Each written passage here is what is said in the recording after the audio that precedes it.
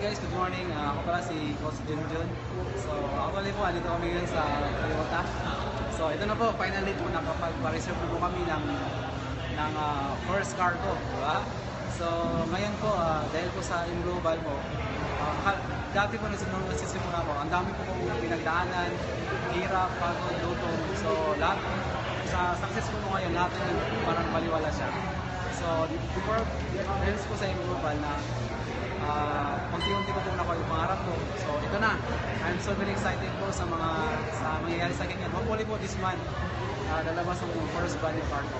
So ikaw ngayon, kung nagdududa ka man ngayon, pagduduhan mo yung duda mo. So ito na. So kisino naman ako dati, nangarap lang po ako. Ito na, nakuha ko na yung sarili kong sasakyan. So God bless you and God will go.